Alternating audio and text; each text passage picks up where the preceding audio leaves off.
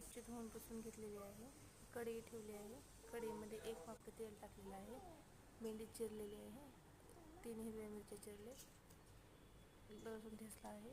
तेल गरम झाल्यानंतर त्याच्यामध्ये मोहरी ॲड केलेली आहे. मग जिरे, मग हिरवी मिरची, लसूण लाल होईपर्यंत तळून घेऊ. मग ॲड करूया भेंडी. भेंडी 10 मिनिट मस्त अशी बारीक गॅसवर परतून घ्यायची चांगली. मग परतून घेतलेली भेंडी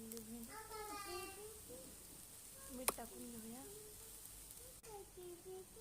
नंतर कूट टाकून घेऊया 3 चमचे.